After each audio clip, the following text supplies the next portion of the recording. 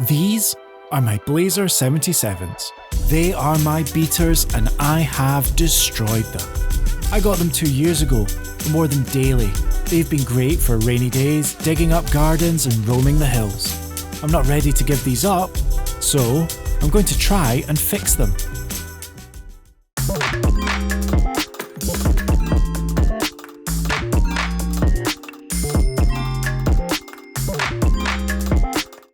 The main issue is that I'm about to burst through the soles. I needed replacements, but finding them was no easy task. There were some options for new soles on Etsy, but while there were heaps of options for Jordan 1s, there was nothing for Blazers. Generic options were limited, seemed really low quality, and I just couldn't trust that the sizing would be correct. I looked on eBay for second-hand Blazers, but at these prices I might as well just get a new pair. Then I found these dead stock Van Authentics. The gum sole was exactly what I was looking for, and for £17 all in, it was worth a gamble. With the donor pair in hand, the first task was to separate the soles from the Blazers and the Authentics. I heated them up over my cooker to weaken the glue and separate them with lolly sticks and some brute strength. This was a bad idea. Heating the rubber and glue gave off fumes. There wasn't enough ventilation with the extractor and window open, and I felt quite sick for some time after doing this. Don't be like me. Find a way to do this outside or with a proper extractor. With the soles off, I could now see what I was making, and I'm excited. This is going to work. The Van sole sits lower on the toe box, but I'm hoping cleaning will take away that definitive line, but it's not the end of the world if it's still there at the end. The quality on these Vans gum soles are great compared to what the Blazers had, and I actually think I'm going to improve these. I had a proper check for faults. There were cracks in the leather on the inside walls where the glue line was. The inner sole has worn through in several spots, and obviously they are manky. I threw them in the washing machine to take the worst of the dirt off. I then hand cleaned them with some diluted bleach. I'm sure better options are available, but this is what I did. I then rubbed them down with some acetone. I could now tackle the inner sole. I unpicked the Authentics to use the canvas for patching. I then cut the canvas to shape and hand stitched them into place. I may have been better off replacing the whole thing with new canvas. I've likely introduced some new stress points to the original fabric that will wear quicker, but I'm going to glue this whole thing down to the outer sole, so I'm hoping this won't be an issue. To repair the cracks in the uppers, I have this box of scrap leather. I had a look at all my colour options. If I'd had enough, I would have used this faded green, and while the grey blue might have worked, I felt the raw tan worked better with the purple. I drew out some options for the shape of the panel, cut them out and fine-tuned them against the shoe. To me, the best option was to layer the panel under the swoosh. I copied the template onto the leather with pen.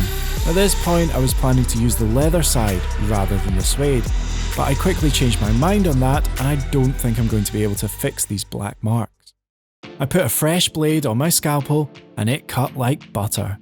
Checking against the shoe that I was happy with the panel, I flipped it over and repeated the cut using it as a guide.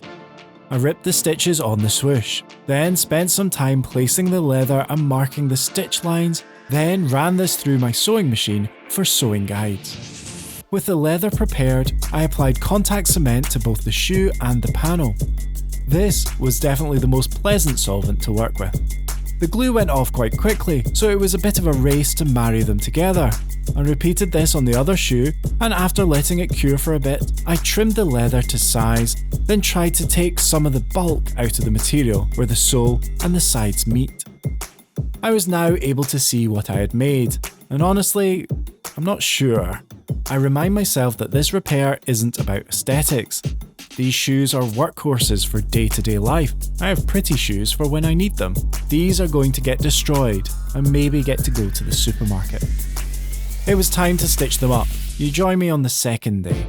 I'm using an extremely cheap and thin nylon thread, standard fabric needles, and a folded up scrap of leather as a thimble.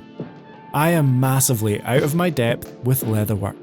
and I have no option but to just continue moving forward. The guide stitches I made were completely pointless. After piercing the needle through the thimble and into my thumb several times, I added this plastic disc to the middle. This actually worked really well.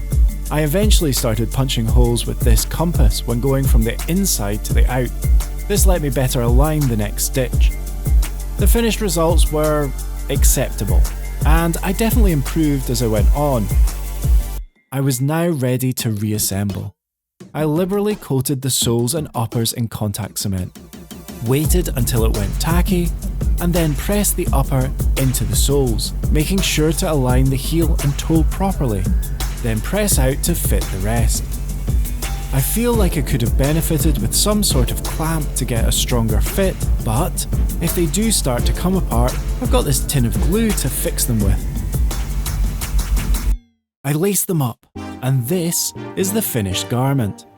I'm super happy with these.